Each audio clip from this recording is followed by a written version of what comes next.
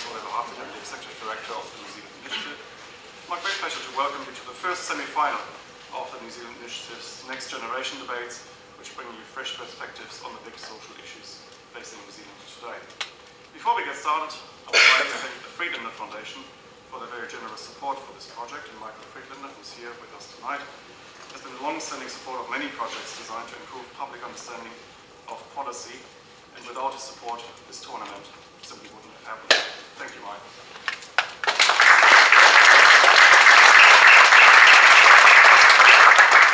Many thanks also to EY for the use of this splendid venue and for generously providing us with beer and pizza to help us through this debate. The aim of the tournament is to get people, especially young people, thinking and talking about public policy issues and understanding why they matter. The New Zealand Initiative's mission is to promote sound policies that will make for a better standard of living for all New Zealanders. To give you some background to tonight's event, university teams from Canterbury, Otago, and Auckland and Victoria sent their top debaters into this tournament, and they were debating over heats that we held in Auckland and Wellington over the last weeks. Tonight we have our first semi-final. We have another one in Wellington tomorrow night, and the grand final will be held on the 22nd of August at the City Gallery in Wellington. The mood for tonight is New Zealand should be going for population growth. I should hasten to explain that the position reflected in the mood is designed to make for a good debate and does not necessarily reflect the view of the New Zealand Initiative. I should also say that the teams were assigned their side of the debate with a toss of a coin. And before we begin, some quick introductions. From Auckland University, arguing the affirmative side, we have Joshua Baxter. Joshua is the president of the University of Auckland Debating Society. He was on the New Zealand Schools debating team, which travelled to Qatar in 2010. He's been a quarter-finalist at the World Universities and Australasia debating competitions, and he's in his fourth year of a Law and Arts conjoint majoring in philosophy. We also have Paul Smith. Paul completed a BA in History, Politics and Philosophy at Victoria University and is currently studying honours in philosophy at Auckland. As a debater, he has twice been a semi-finalist at the Australasian Inter-University Debating Championships and attended the World Championships in Botswana in 2009. New Zealand he previously won the New Zealand Impromptu Champs and was a finalist this year. He has twice been a finalist in the New Zealand Prepared Champs and was the best speaker of the tournament in 2011. He also won the New Zealand British Parliamentary Champs in 2009. And then on the Canterbury team, arguing the negative side, we have Tom O'Brien. Tom is a fourth-year student studying towards a double degree in history and law with honours. The president of the University of Canterbury Debating Society, Tom has been a consistent member of Canterbury 1 for the past few years. Recently he broke to the semi-finals of the Easter's debating tournament as an adjudicator. Tom coached one of the Canterbury school teams for the National Schools Debating Championships. And finally, we have Tim Bain. Tim Bain is the treasurer of the University of Canterbury Debating Society and vice president of the Canterbury Schools Debating Council. He's been debating since high school, where he won both the regional and the CSDC competitions. At university level, he's considered one of Canterbury's top debaters. In 2012, he was Canterbury's second-ranked speaker at the Australasian Intervarsity Debating Championships and narrowly missed out on an overall top 10 ranking at the New Zealand University's Prepared Debating Championships. He's also accredited by the New Zealand University's Debating Council as an adjudicator. And speaking of adjudicators, our adjudicators for tonight are Leslie Horton, who is a junior barrister at Shortland Chambers, Mitchell Cooper, solicitor at Webb Henderson, and Glenn Riddell, principal at Boston Partners. As mentioned previously, tonight's mood is that New Zealand should be going for population growth, and starting for the affirmative is Joshua Baxter. Thank you. Here are just a few simple facts that in New Zealand we need to come to terms with. The first is that elderly people make up 15% of our population today. And that number and that percentage has doubled since 1980. But it's not stopping, because by 2040, the number of people aged over 65 will double again. And at the same time, there's another fact, which is that our population growth is dwindling. This year, for the first time, our population growth was less than a percentage point. And what that means is that everyone in this room in a few years will have to pay for the upkeep of a quarter of New Zealand's population. And then a few years after that, Paul and I will have to pay for the upkeep of your lives. We say on site affirming that someone needs to do something about the problem that faces us, that we need to find a way to pay for and deal with the increasing burden on our population and on our tax system by the number of our elderly increasing. Our solution is simple. We will just pay people to have more children. We think that the government can sort out how much, and it can sort out how much is needed to actually convince people they need to have more kids, and we'll let guys like Oliver and the government do that. This debate's about principle. We want to decide, we want to have a debate about whether this is a good idea in principle. We think things like immigration are fine. We think raising the year of the pension by a year is one good idea, but this debate's about paying people to have kids. What's my first point? We need to restore New Zealand's demographic balance. Because in the 1960s, everyone was having lots of children. That's the truth. There was enormous growth to our population. There was a baby boomer era where we got an enormous demographic dividend by having lots and lots of young workers. There were more mouths to feed, there were more jobs, there were more consumers, there was a worldwide employment was at an all-time high. But nobody thought and looked forward to today where we feel the sting of a long demographic tail, where, as I've said, soon we will be faced with 1 in 4 people in this country being old and needing our support to make their everyday costs. The problem is a shrinking percentage of people supporting an increasing percentage of people. And you only have to look as far as Japan or to Korea to see where New Zealand's headed, where 1 in 4 people are in a rest home and 2 in 4 people work to support them. There is no other legitimate solution. And it's a shame that only Labour has one idea, which is we'll raise the population age, the retirement age by 2 years. The fact is, all that does is just pushes the problem off by 2 years. It doesn't solve the fact that there are fundamental problems with the demographic that means that old people are getting older and we have to support them. We would just raise the amount of working people. We think that in 20 years' time, if everyone had more kids now, then in 20 years there would be lots more people to tax, there'd be lots more people to work in our economy and support the elderly population. This is basic common sense. Why will our proposal work? Because of the increasing expense of children is what has led to people deciding against having kids. The truth is that the housing market today is harder than ever. You can't live the half-acre dream in New Zealand anymore without it costing you an arm or a leg. And the truth is just other basic costs aren't met by the state that used to be met. You now have to pay and save up for your kids' education. You have to pay and save up for the donations that you have to make to your kids' school. The truth is that raising a child in New Zealand is more expensive now than it ever has been. So it is no great mystery why our population growth is less than a percentage point. We do 2 things to change that. Firstly, we stop people waiting forever before they have children. Because in my grandmother's day, she'd turn 21 and it was kind of expected she'd have a few. Today, that is not the case. Because people know they're going to have to wait an extra 10 years to save up before they can afford a house, before they have enough money to put in the kiddie when their kid goes to university, when they can make the basic cost of having a kid. We make people have kids now because we need them to be born sooner rather than later and help us take care of our elderly. But secondly, we make people have more children because the more kids you have, the more expensive it gets. So the more children that people are more likely to have more children when those basic costs are met by the state. When the state gives them a little bit of money each week to help them drive them to hockey trainings or to help them buy the groceries at the checkout each week.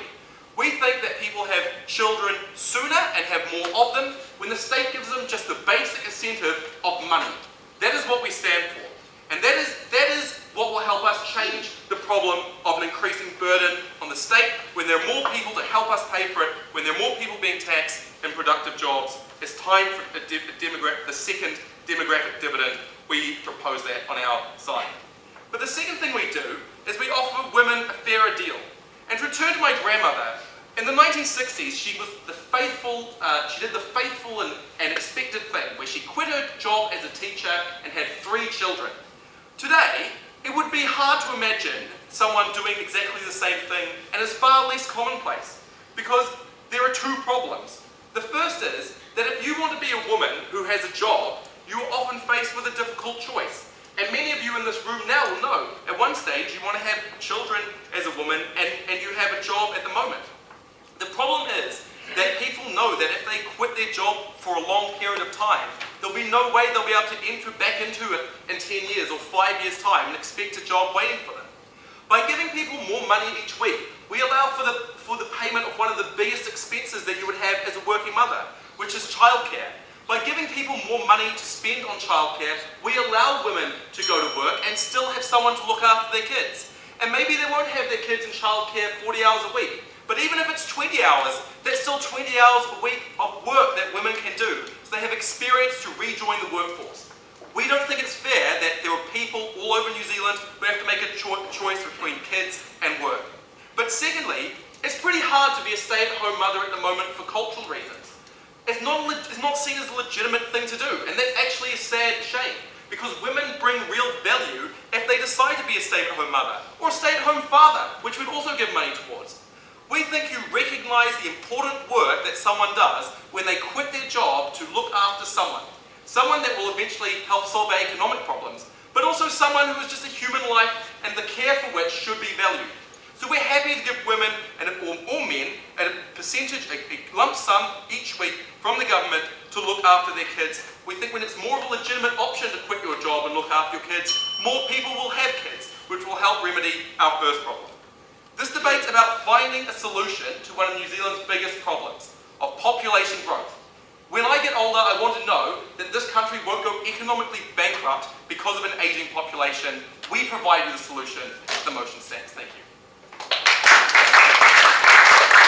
When Josh told you that no one looks forward in the baby boomer era to today, when we now face a long demographic tail, because that side of the House's proposal to deal with the issue of a large ageing population is to set up a system under which in 50 years' time there will be another large ageing population.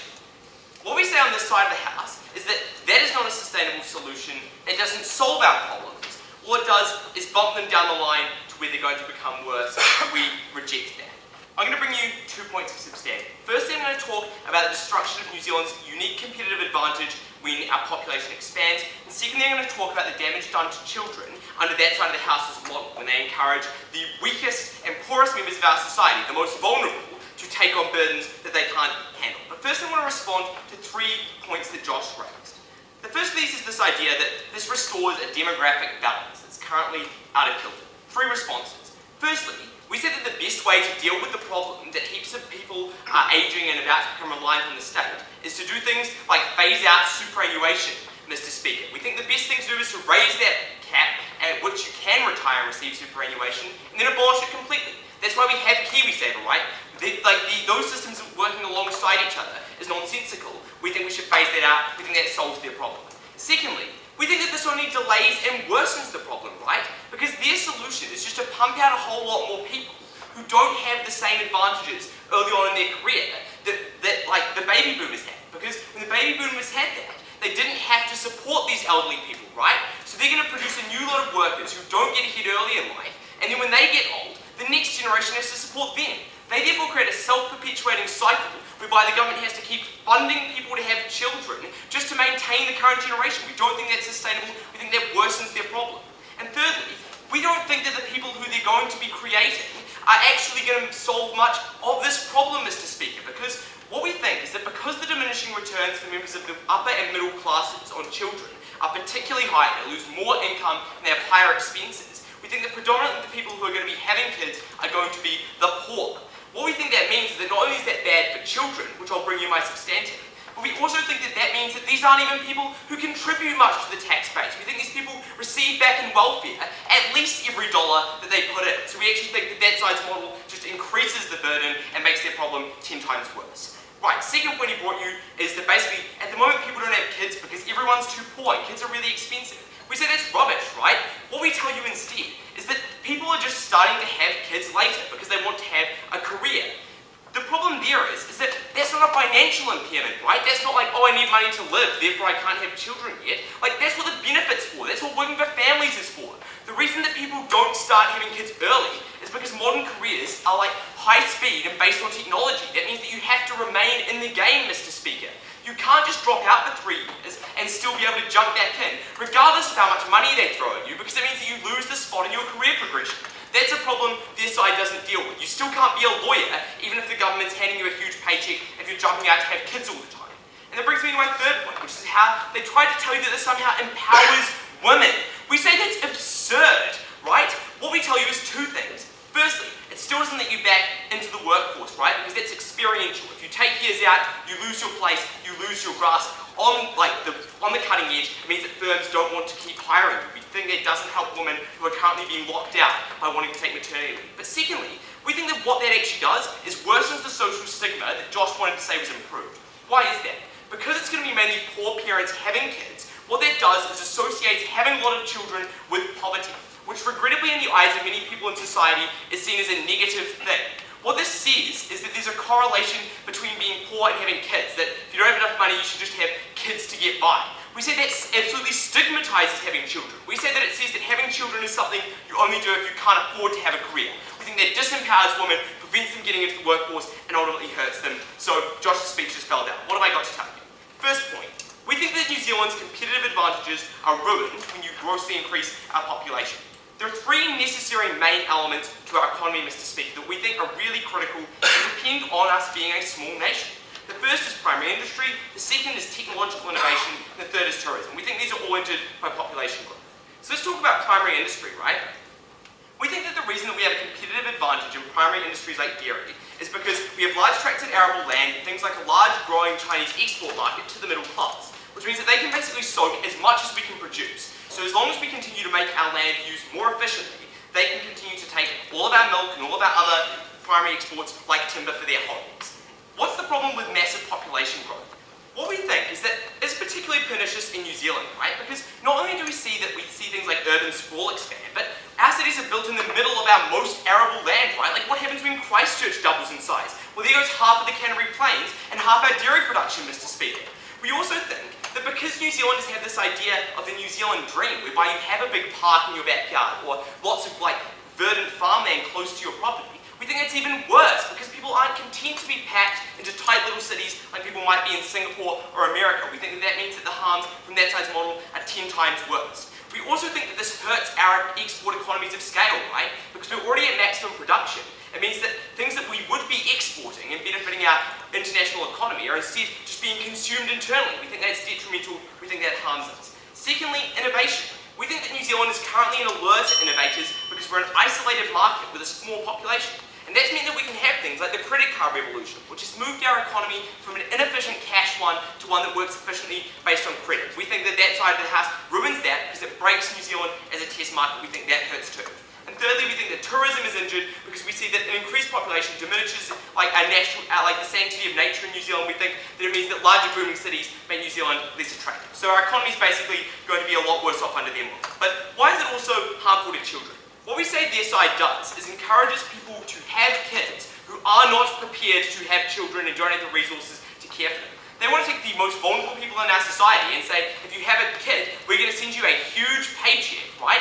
We don't think these are people who are equipped to care for children. And we would look at, for instance, when the proliferation of abortion rose in the 1980s, the low levels of crime decreased. Why is that? Because you have fewer kids who are being born into families that didn't love them, right? We think it is important that people have kids because they care about them, because they want to have their progeny, and because they want to treat those kids well, to raise them with cultural and social values, and to give them a good life. We don't think that that side does that when they say that a kid is associated with a paycheck. We think that that makes them a commodity. We think that that means that children are likely to be treated poorly and will end up worse off in life. Mr. Speaker, that side of the house has set up a problem and they're not even proposed a way to solve it. Rather, they've just decided that arbitrarily it's great to pay poor people to have children, which hurts the most vulnerable in our society. We oppose.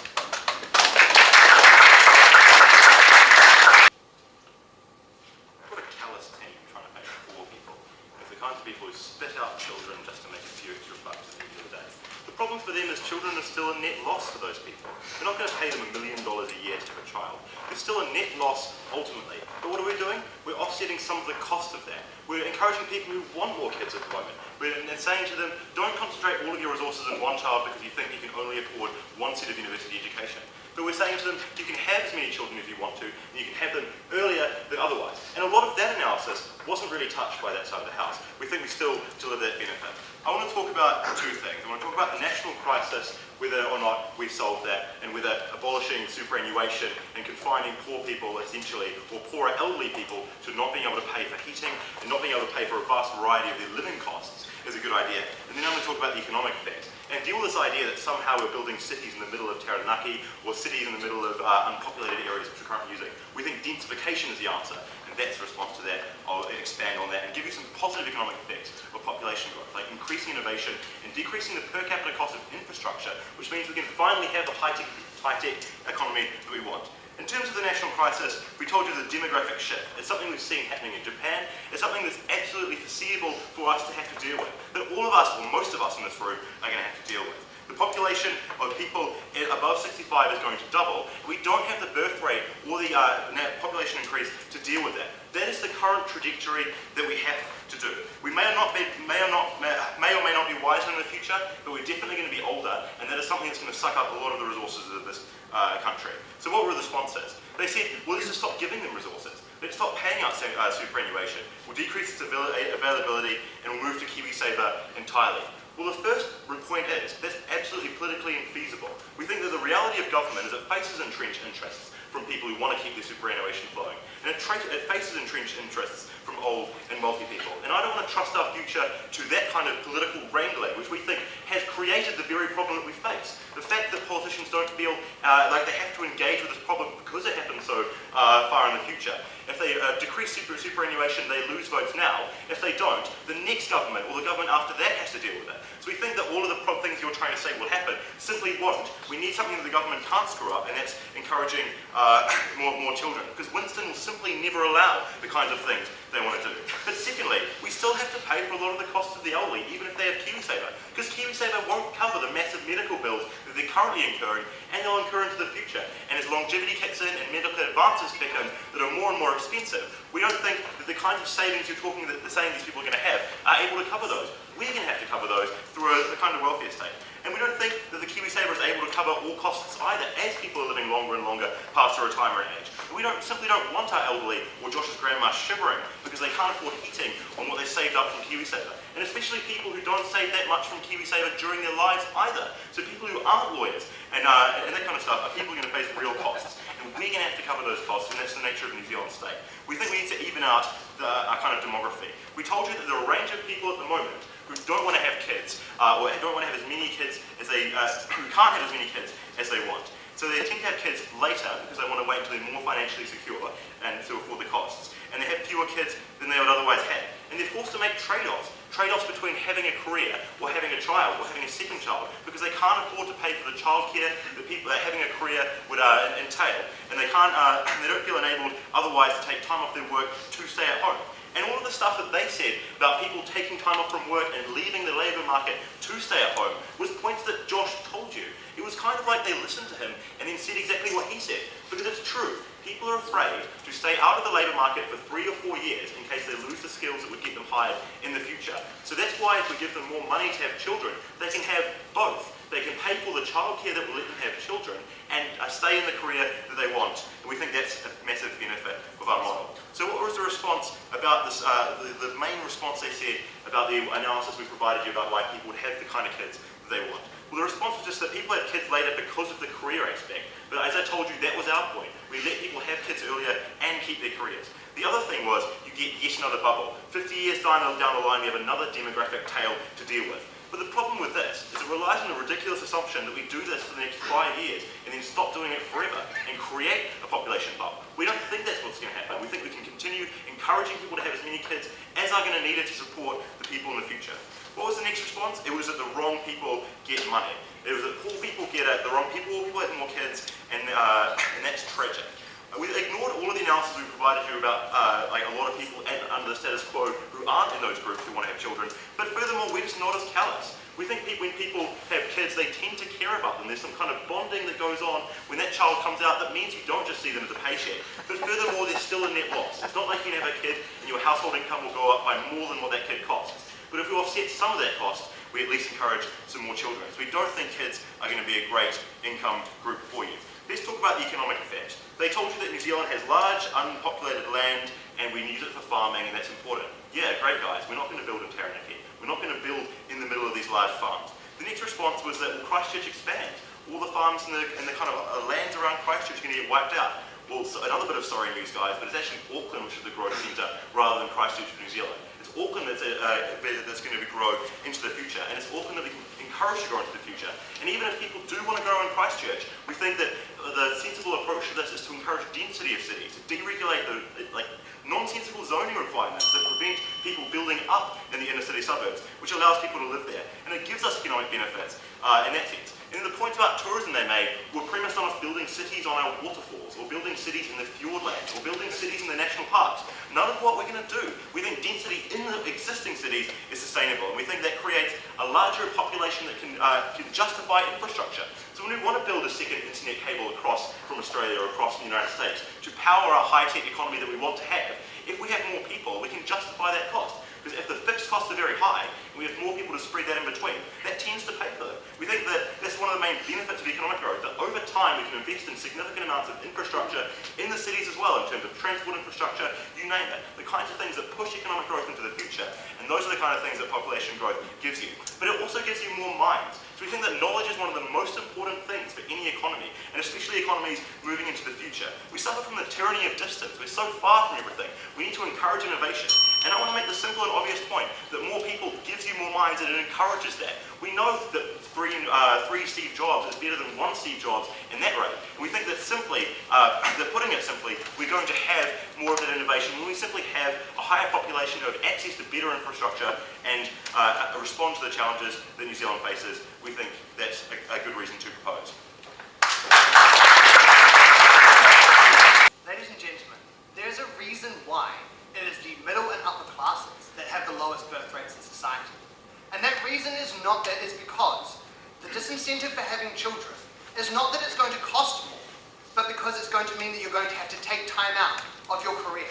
And for people who are in the middle and upper class, for people who this side of the house wanted to say would be providing us a whole lot of benefits, the fact that you're giving them a little bit of extra money isn't going to get rid of the harm that they're going to have to take time out of their career, or they're going to have to make the difficult choice of putting their child in daycare and therefore not getting to bond with it and getting all of the positive benefits that come from having children, or else giving up their career, which they've clearly shown is very important to them.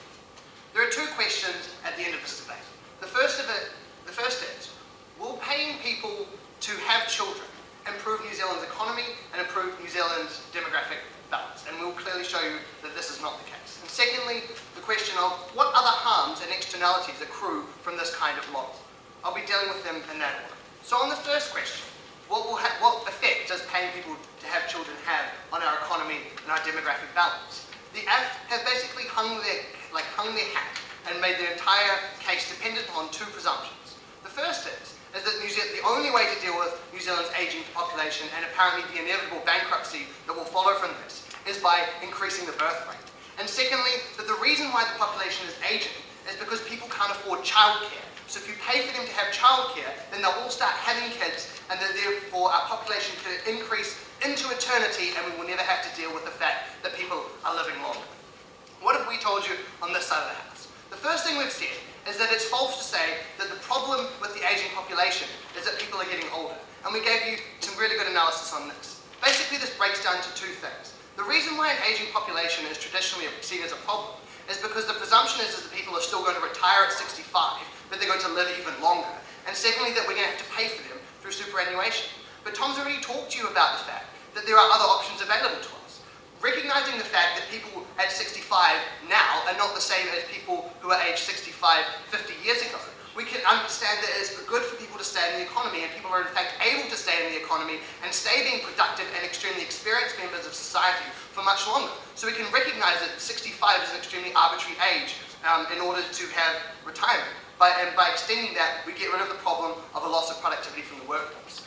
On the second issue of the fact that we have to support people on welfare, Tom also gave you a clear solution that wasn't responded to adequately from the affirmative.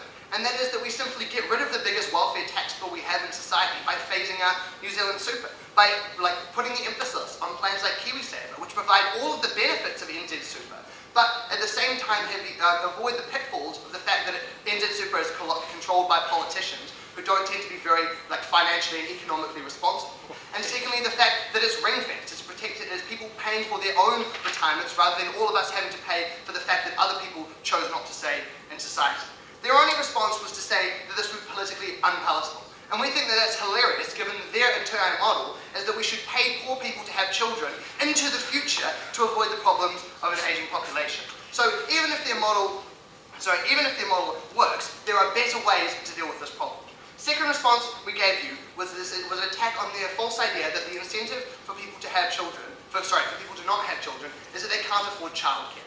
And we've given you quite a lot of analysis on this point. We've talked about the fact that it is for people, the reason that people in the upper classes and middle classes tend not to have children is because those people are the ones who care the most about their careers, who recognise that taking time off work is going to deny them experience that will have long-term benefits, and therefore they make the trade-off in the decision in order to have children later because they've already become established in their careers. That's not going to change because you're going to pay for a couple of hours of childcare a week or maybe a new stroller for their baby. The only people who are going to be affected by this are the people for whom money is actually a burden, the people who are in sort of low socioeconomic conditions. But the problem with that is because the affirmative team acknowledge that you still make a net loss when you have a child financially. All that's going to happen is that those people who already weren't economically contributive members of society and didn't contribute much to the tax base because they received just as much in welfare and are now going to be receiving even more in welfare. The problem is that those people now become even less economically productive because they've incentivized in the short term to carry on more kids, but in the long term this just increases the losses that they incur for that and they become more of a financial burden on society. So their model doesn't work because it targets the people the wrong people in society. The only people that are going to respond to this are ones who aren't that economically productive anyway. And lastly, even if their model does work, the only way for it to ever solve the problem of the aging population is if it continues into infinity. Because the same incentive that has caused every developed country's population to age as we have industrialized and as people have become more wealthy will operate on these children who are born under their model. So the only way to stop the aging boom, the population bubble being pushed out just to 50 years in the future and doubling in size, is to continue to fund people to have more children. And that's just completely and utterly unsustainable in terms of economics. Like if you're worried about the cost of NZ Super, can you imagine the cost of subsidising every single child that's born from now at an increasing rate in order to prevent the population from aging? And it's also just as politically unpalatable as all of the options we've given you on our side of the house. So what does that mean, ladies and gentlemen? It means that their model isn't going to work. It means that their model isn't the best way to deal with this problem of the aging population. And it means that even if it did work in the short term, the only way it could ever be a permanent solution if we continue to shove more and more money into it to the point where it's actually going to be more harm than it is worth. So what substantive harms did we bring you on our side of the house? And that's the second question in this debate.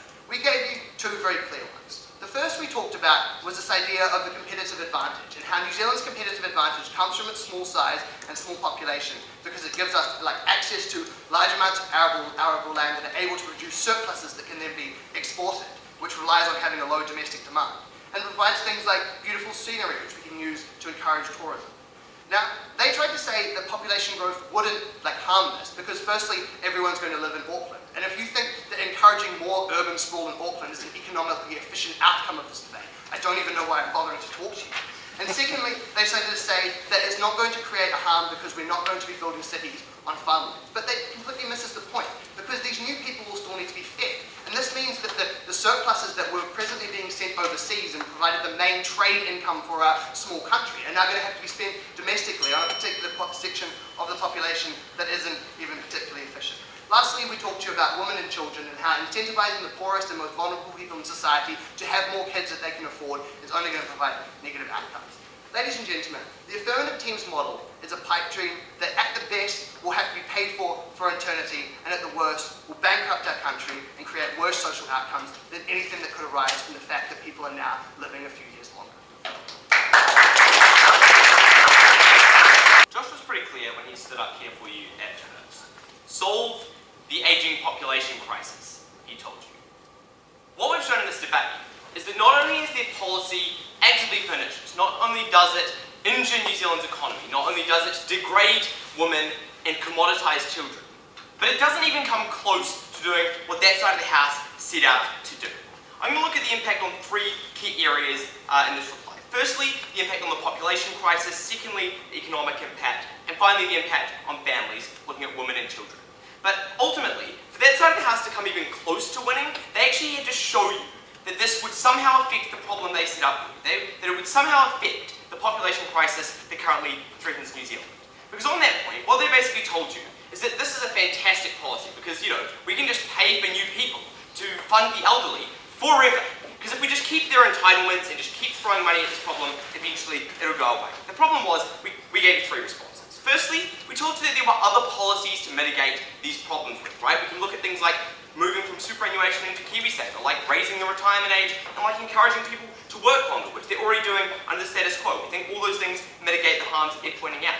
Secondly, though, we say that this pushes out the boom, right? Because even if you pay for this into all eternity, there are natural economic factors that determine whether people have fewer or more children, right? That's why the baby boom has happened, Mr. Speaker, because after the Second World War, there was a proliferation and excess of resources. We don't think you can control the economy to the extent that you prevent these kind of booms happening. So what we think they're doing is throwing money into a sinkhole that doesn't even fix the problem in the long run. So eventually we'll have more booms outside of the house that actually fixes that. Thirdly though, what we told you is that the people who are born don't actually decrease our tax burden, but increase it, right? And the reason for that is that rich people don't respond as well as poor people will be given the same paycheck, because that money's not worth as much. So what we told you is that despite they being really vague on how much money they are giving people, either you offer so much money that you commoditize the poor and turn them into glorified baby fathers, or you offer so little money that it doesn't incentivize the upper and middle classes. And if that happens, what you get is poor people pumping out a lot of babies who don't actually contribute to our net tax revenues. They take out at least as much in welfare as they put in. That side of the house never dealt with that, and that's kind of a problem, because unless they raise tax revenues, they still can't pay for anything, Mr. Speaker, let alone their own policies. So, we showed that this actually exacerbates and worsens the population crisis. Secondly, the economic impact. What did they tell you? Well, in the last 10 seconds of Paul's speech, he told you that more minds are good. We had a bit more nuance. Three things. Firstly, we told you that urban sprawl is inevitable when the New Zealand dream says that you can't just condense everyone, right? None of us want to live in 50-story apartments in the heart of Auckland. We want a bit of New Zealand in our backyard. We think that prevents the model that Paul put forward. And what that means is that our cities become more inefficient and primary industry is damaged. Secondly, we told you that it injures our exports, right? Because we're already working at capacity, thanks to China's awesomely growing middle class. It's a country that actually needs it, guys. We think that that's going to be detrimental to our economy as well. But thirdly, on innovation, we told you that our innovative ability is damaged because New Zealand is currently a perfect test market. And that's why we get things like verified by Visa and, pay pass, because God, that's awesome, before anyone else does, right? And that makes our economy much more efficient and lures in innovative businesses. Thirdly, impact on families. Because what they tried to tell you is this flagrant lie that we empower women by helping them pay for childcare. We gave you three responses again. Firstly, we told you that it commoditizes women and children by saying that they have to have kids to generate money. And that's a financial exercise rather than one that focuses around love and affection, which is actually what we think families are all about. Claire Josh didn't have a lot of that. Secondly, we think it's more empowering not to lose the right to stay in your career. We think that when you say that you have to send your child to a nanny because you have to stay in your career, we say that's disempowering. We think it's women's right to make that choice themselves without being pushed around by the government and told how to do it. Thirdly though, we think that what it does is it creates an association between more kids and poverty. Well, that means that there is more stigma around having children and drives women increasingly towards the workforce when we think they should be making a choice for themselves. That side of the house not only hasn't fixed the relatively simple problem that they set out to solve, but they've also created a whole lot of other externalities that they can't deal with. We oppose. Just like our current government, that was a team with no fresh ideas. Because what was their grand solution to the problem that we will have to support 1/4 of our population? Cut off all the forms of aid we can give to these people. So they're going to see what they have in Western Europe, which is where we've slowly decreased the benefits people have, where elderly people literally can't pay their gas bill, where they literally freeze in their own homes because they're more susceptible to illness, have a higher cost of healthcare, have a higher cost of living because they're old and have greater needs. That team has no solution to elderly people but a cruel one, and one that will never happen, because Winston's never going to go with National or Labour when either one of them says, we're actually going to destroy your only voter base. That's not going to happen. Do you know what Winston's going to go for? A new voter base, which is something time that we give them by proposing the solution. What was their solution? Firstly, cut benefits. I've talked to you about this. The truth is that won't work, and to the extent it does work, it's cruel. And they never responded to Paul's point, which is that people won't meet their costs and they will face extreme hardship. We wanted some response to that from this, and they just couldn't offer it. Secondly, they said old people will work longer. The truth is, medical advances have allowed people to live longer.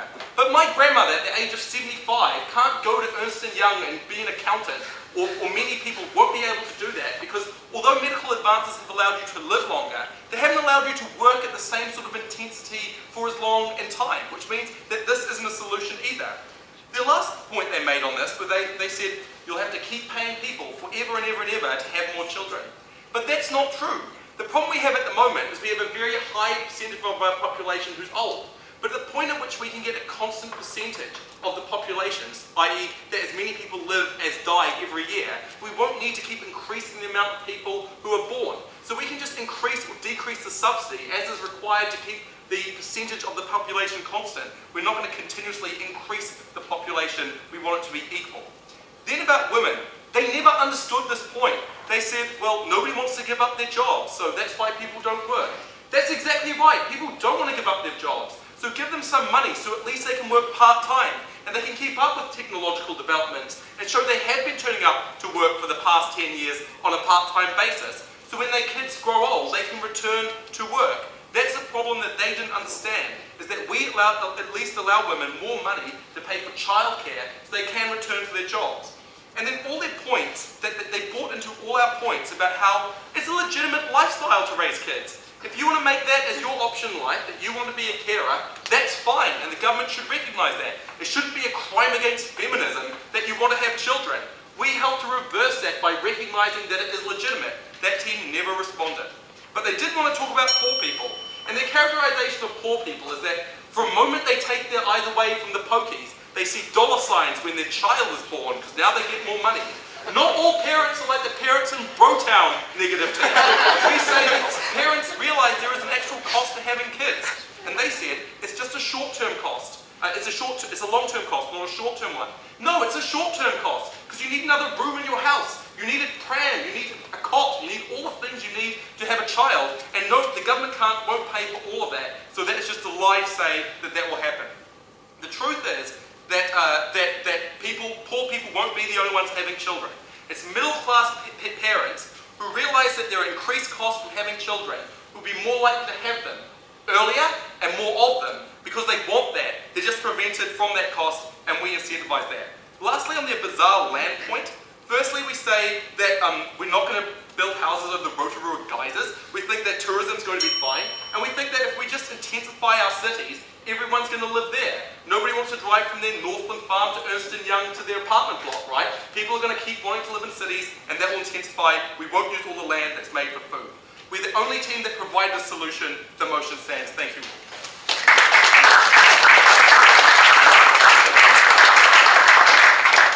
Thank you very much to our teams from Auckland and Canterbury universities for a spirited debate. I must say I was a bit shocked in the beginning when I heard that the New Zealand Initiative's new responsibility is to help bring babies to New Zealand, but we might be working on that.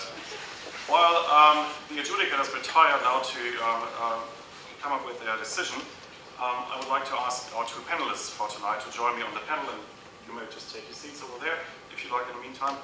Our panelists tonight are Nevil Gibson from the National Business Review. The National Business Review, as you all know, is probably the best place for intelligent and informed debates on economic policy, and I'm not only saying it, of course, because the New Zealand Initiative contributes a column to it. So we'll hear from you. But first we start with Julian Darby. Julian Darby. He's just gone on. Well, in which case we start with Nevil. But in any case, I might just introduce Julian. Julian's a consultant at Russell Investments. He's also affiliated with Auckland University and is a lecturer in the Auckland Business School's graduate program. And apart from that, he organizes a very interesting initiative at Auckland University, an economics club, which has nothing to do with the economics or business faculty, but that tries to introduce sound economic policy ideas to students studying all sorts of different courses at Auckland Uni. I think that's a very worthwhile initiative. So both Julian and Nevil are going to give us their perspective on tonight's debate. And following that, we'll have time for some Q&A with you. And finally, we'll announce the winner. I've already introduced you. Do you still want to start? Sure, that's fine. I don't believe we just said that. Well, what are you?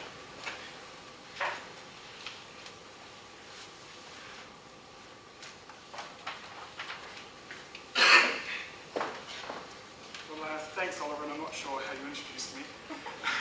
But, Shamelessly.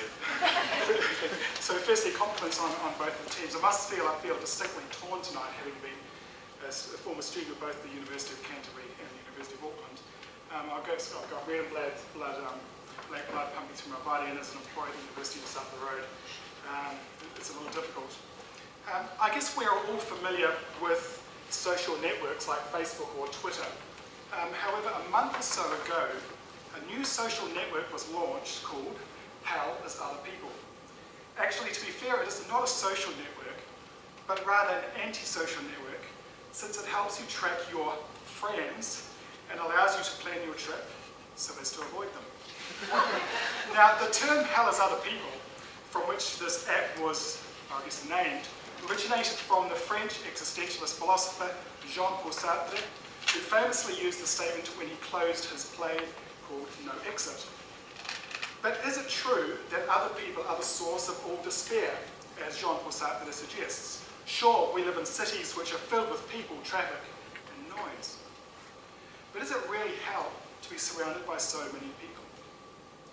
The discipline of economics, which is well placed to answer such questions, and also questions such as one we're looking at tonight, whether New Zealand should go for population growth, economics is well designed to answer this question. You see, arguments about population growth in general and immigration in particular simply reflect the view that there are fundamental antagonisms between people. Specifically, that other human beings are a burden or a threat to us. With wealth and resources being in fixed supply, allegedly, a larger population simply leaves less for each person. Or seen at a philosophical level, there is a conflict of interest between people as the population increases. One person's gain is another's loss.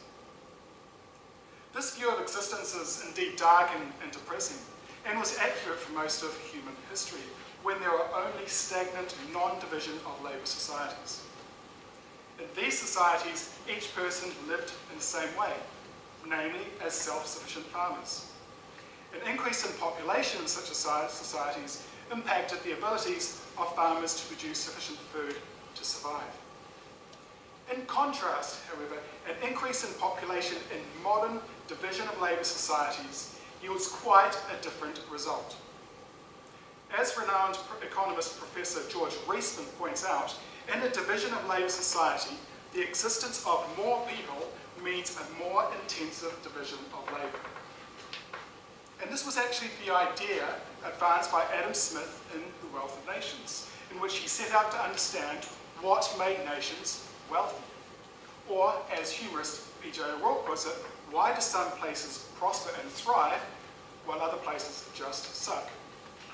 Now, for those who have taken the time to read Adam Smith, you will know that he used the example of a pin factory to illustrate how division of labour was central to understanding why nations became wealthy. Workers, when specialising in unique parts of the production process, were able to produce 48,000 pins a day, rather than one pin each worker would produce on their own account when they did not specialise. This simple example shows that division of labour dramatically increases the productivity of labour. For a given amount of labour, more goods can be produced, and we all become wealthier. For evidence, just look at how standards of living have risen over the last 200 years, which is why Austrian economist Ludwig von Mises said that economic history is the development of division of labour. So what has that got to do with tonight's discussion? The only way to have a greater division of labour overall is by virtue of a larger population. As Adam Smith remarked, quote, "The most decisive mark of the prosperity of any country is the increase of the number of its inhabitants," unquote. Think about why it is that large cities have specialised shops and restaurants, which are rarely found elsewhere, or why brain surgeons or cardiologists are predominantly found in larger cities, or why in larger cities one finds cultural institutions such as museums, opera companies, and symphony orchestras. Only in large cities and countries, for that matter, would it be possible for such organisations to survive. An increased population enhances the benefits of division of labour in a number of ways. Two ways we're going to look at now. For example, a larger population allows for more specialisations and sub-specialisations than would otherwise have been possible. This raises the level of knowledge of all members of that society, which Adam Smith referred to as the multiplication of knowledge, which Paul mentioned in tonight's debate. The pool of knowledge sitting in this room this evening, the knowledge of law, engineering, and even journalism, if you like, is far in excess of the pool of knowledge that would have been possible were we mere subsistence farmers. With a larger population, and this is the second example, with a larger population, there will typically be a larger pool of intelligent people than before. More productive geniuses will raise the level of knowledge in a division of labour society, and this will necessarily increase productivity in all parts of the economy. So, in a truly capitalist division of labour world, population growth can only be positive. And this is the greatest lesson economics can teach us, that in each society, making peaceful cooperation possible, we each gain from the existence of others. Hell is definitely not other people, because as 19th century French economist Frédéric Bastiat put it, quote, all men's impulses, when motivated by legitimate self-interest, fall into a harmonious social pattern. Quote.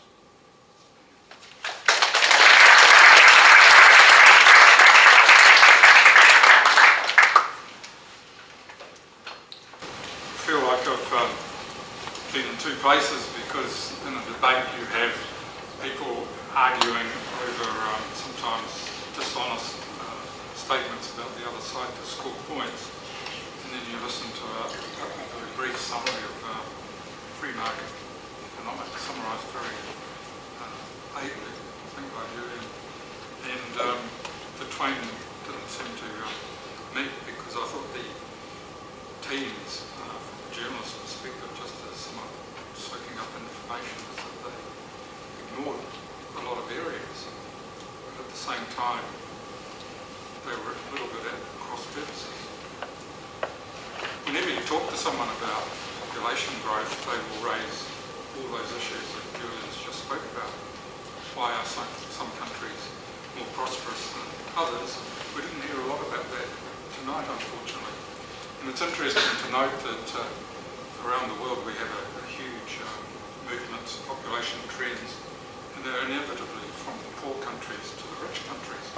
We didn't hear any of that from the two teams, because I think New Zealand is obviously in the rich nations. We've got a population that's actually declining if there wasn't immigration. We didn't hear a lot about that either. There was no mention that a lot of the population goes to Australia.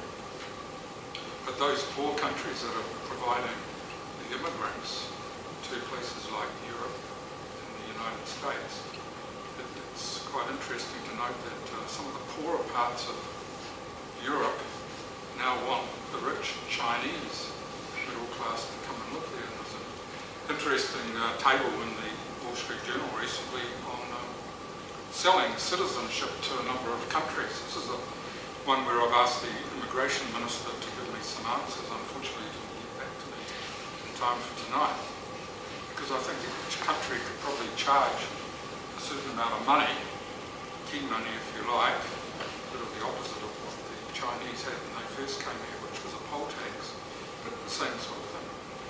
And the calculations that the market and politicians have decided that Australia has a key money of $5 million. That's a business investment scheme. You read that there's about 10 to 20,000 people waiting in Indonesia to get on one of those dodgy boats, and they're going to end up on an island north of Papua New Guinea if they survive. But in Portugal and Greece, the price has dropped to €2,500 in Greece, where you and I have got a big mansion in Remuera. Don, you could sell part of your house, become a citizen of Greece and have an EU passport. That's a pretty good deal for us. Kiwis have been here for a number of generations and can't go anywhere more virtually. Portugal's a little bit more expensive, twice as expensive, in fact, 500,000. But in Britain, it's one that ranges between £1 million and £10 million. In the US, quite cheap at $500,000. There are a few caveats in this, and you have to run a business and that sort of thing. But that's quite an interesting way of judging countries. I thought we were missing tonight on a woman's perspective. There was a lot of talk about children and birth rates and so on. But there was an article in the Herald, I don't know whether it was today or yesterday, on why do poor people have more children than rich people, and it was the University of Auckland. It was quite obvious that if you're a poor person and your chances of getting a better life through education and so on is not great, one of the options for at least young women is to have a child, because there is a good benefit system going. And so he says, rather than poor people having children, it's the other way around. If you deprive people of certain opportunities in life, they will have children as a result. But is there really a population crisis? Are there going to be too few people supporting the age? We heard a bit of a confusion there, because we know that a lot of older people are going to live and be more productive into their later years. I mean, I don't know if I should say this, but I qualified for a gold card on the ferry at 7 hours, and I'm probably being paid more than most of the people who travelled on that ferry. Anyway, we better not go down that track too far. And I have no idea how long I'm going to survive in this job. I'll defer there to Don again, because he's a little bit older than me. And there was also a lot of confused messages about whether the government should get involved in this and taxpayers should be paying money across. I mean, I would support Julian in most of those things. I think that was an issue that confused both sets of speakers. They seem to favour all of it. But I better leave a little bit room for discussion, because I don't know about you, but I did feel that my head is swirling a little bit on this. It's a bit like the two nations that Nick Cater, the Australian commentator, who came here and said that there's now two groups in society. There's the old conservative egalitarian group, and then there's a new group who are in the media and politics, as we know, who know best. And so rather than it being a class struggle between left and right on economic grounds, we have now two groups. One is, and they can be left or right, opposed to development, opposed to more people. They want to keep things the way they are. These struggles, I think, certainly in an ideological sense, go on from everything over the unitary plan in Auckland, which for outsiders is all about how you plan the cities for future growth. Whereas in Invercargill, they've got the opposite problem of a declining population, and they just love that. They got a measly $300 million, or $30 million rather, subsidy, which I noticed the Dominion was very strongly against, giving Invercargill $30 million just to keep the Tiwai Point smelter open for a few years. I look forward to a bit of discussion and some questions on this issue. Being a journalist, I hold my views at that point.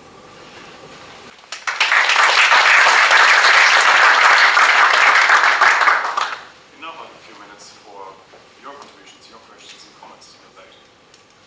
Who would like to kickstart? Yes, please. So, more population means more capital investment, and wouldn't the elderly population boom probably be solved by compulsory saving into the New Zealand Super Fund? To keep the New Zealand Super Fund going, if we amend it into a permanent institution of personal accounts with contributions built into the taxation system, which means there's a 100% citizen participation, because even the poorest people, they contribute taxation through GST. It's very small, but the point is the higher income people, their personal accounts will accumulate in time enough to pay the New Zealand Super for longer than 2 years, or 3 years, or 4 years, which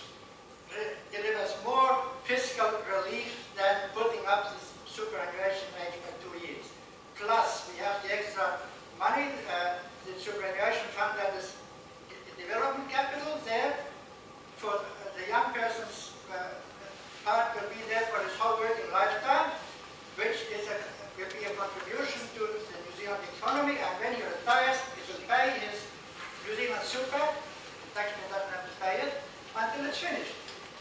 It might be in 5 years' time, and it might be for its whole 30 years' time of retirement. Now, that is the answer, and that has not been publicly made the question. Why?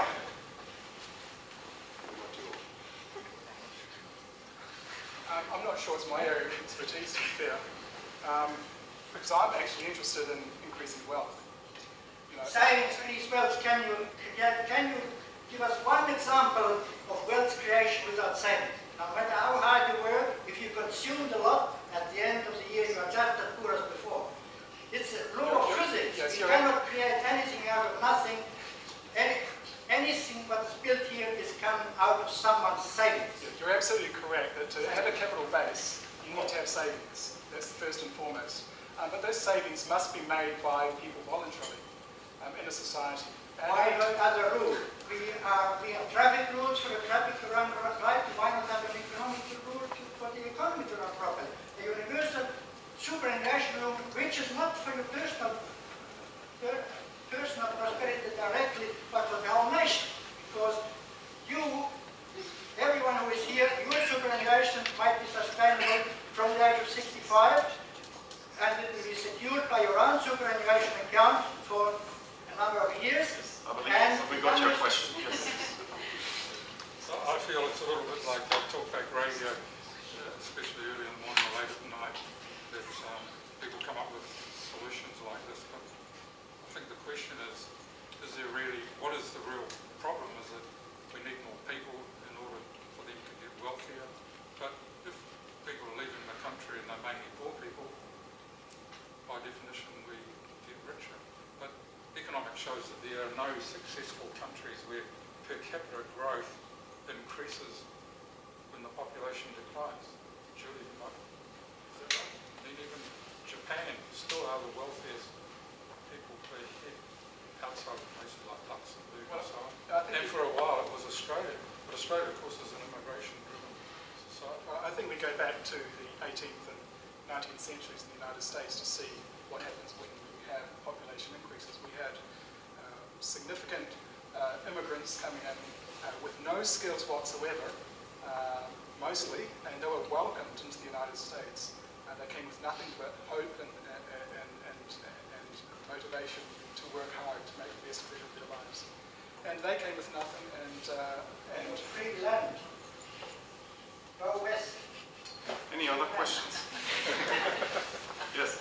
Do you think there's a legitimate moral objection to other people joining us in this country? immigration, that is. Yeah, so is there, I mean, from a moral standpoint, is it defensible for us who are already here to deny the opportunity of coming here to foreign people? Well, if I go back to my initial comments, that there are no conflicts of interest in a division of labour society that's run along capitalist lines. So a moral perspective is, that's an economic perspective, that we can all gain by the existence of others in a division of labour society, which is what we discussed up there. From a moral perspective, there is no role for us to prevent other people coming into this country if that is what they wish to do, as long as they do not threaten us as a nation in terms of national security. So you can rule out terrorists and criminal records. But we don't have, just because we were born here by an accident at birth, we were lucky, it doesn't give us a right on moral basis to say that no one else can come here if they wish to be productive members of the society. I'm not quite sure what you mean by moral. I mean, we keep a lot of people out, but at the same time we can still read on the front page of the newspaper that certain people can come here and have jobs under certain conditions that would not be acceptable to New Zealanders. That certainly would raise a lot of horror and shock to people. Just questioning the basic assumption that we somehow own this country as opposed to the maybe the 4 acres of land that are actually in our own name.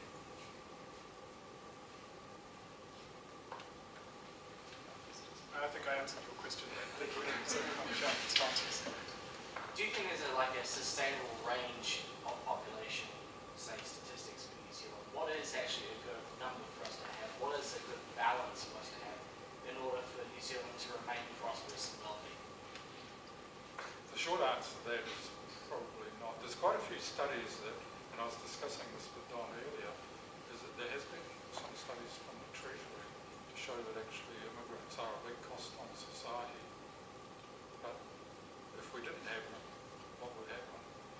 say a cost on society, they do put a penalty on the education system and that sort of thing, and a lot of them do not become productive because of a lot. But it's a way, I think, of economists weighing up on the one side on the other. But just as we're quickly losing population who are being educated at our cost, if we can replace them with educated people at the same level, there's probably no net loss. But if they get to get their foot on the ladder to having children, there's definitely a drain in economic terms. Can I respond to that?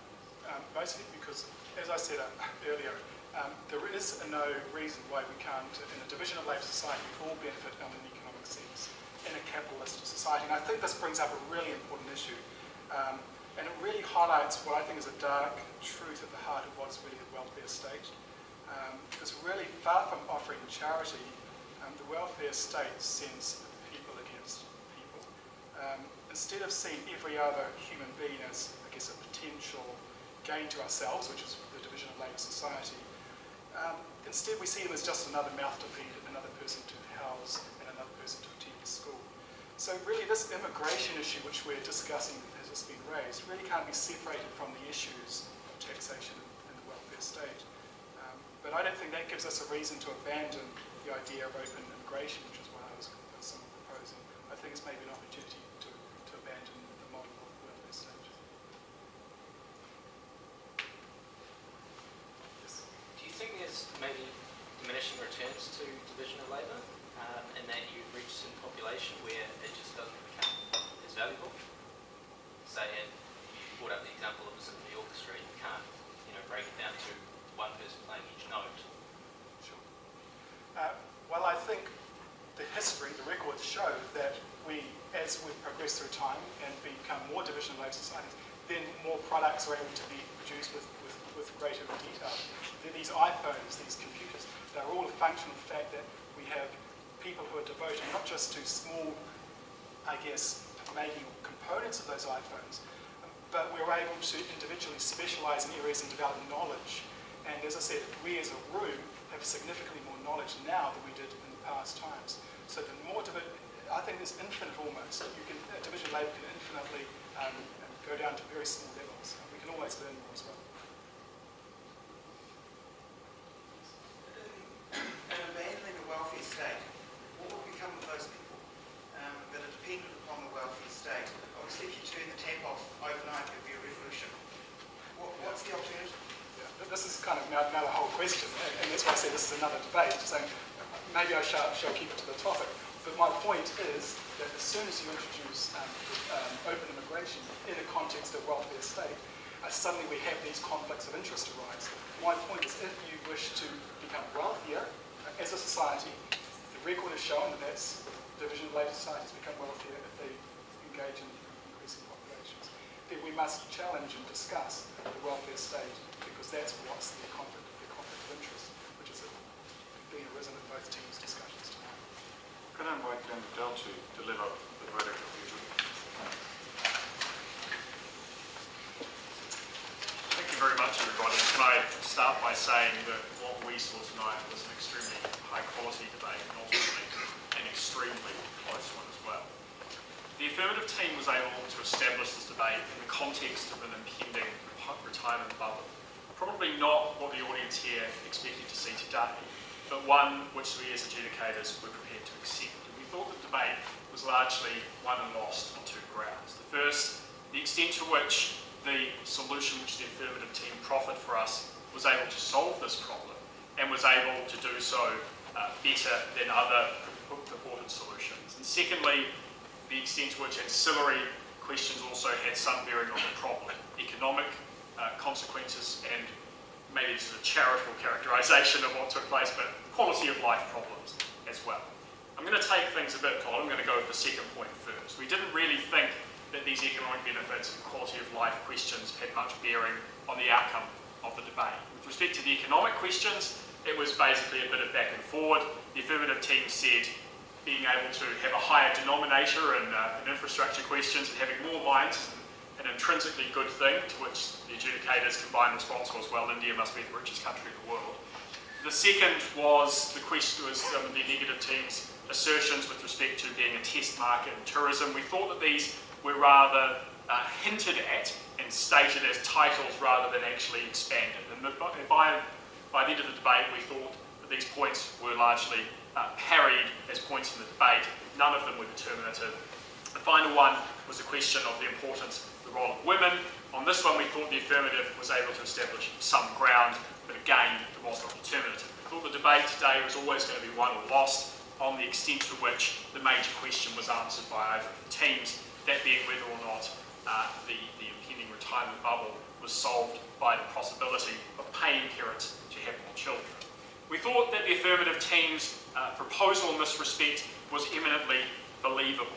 We thought, by contrast, that the negative team's responses in terms of, firstly, alternatives, ditching superannuation, or secondly, relying on alternative mechanisms such as KiwiSaver, worked. We thought that the affirmative team was able to cast sufficient doubt on the political appropriateness or believability of ditching superannuation or severely cutting it, to the extent that the negative team was able to raise questions about the political acceptability of the affirmative's own proposition. We sort of weighed it on our own minds and came to the conclusion that the affirmative team's was relatively more so than the negatives. With respect to KiwiSaver, we thought the affirmative team was able to raise sufficient questions about the equitableness of this question. Not all of us are lawyers, and as a humble economist, I felt certainly hard done by the negative team proposition. So the third thing then came to the question of the poor.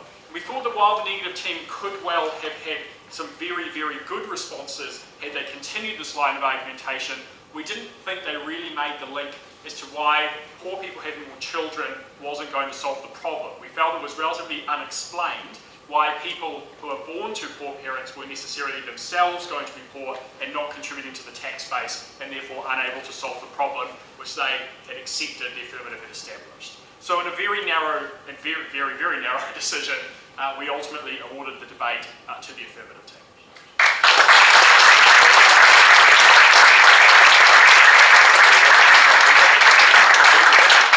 Thank you very much, and congratulations to the affirmative. It's now my task to just thank everybody for making this possible. I have to thank the university teams from Canterbury and Auckland. I would like to thank especially the adjudicators for what I think was a very tough job to come to a decision. I have to thank again Michael Friedlander for making all of this possible, and thanks for EY for hosting this debate tonight. And now I would just like to wrap up by saying that there will be a semi-final tomorrow in Wellington on the moot alcohol should not be taxed more than soft drinks. And I should also thank, of course, our panelists for contributing their thoughts to the debate. Julian, Darby, and Gibson, thank you very much for that. And I'd like to invite all of you now to join us for a glass of wine and more pizza just down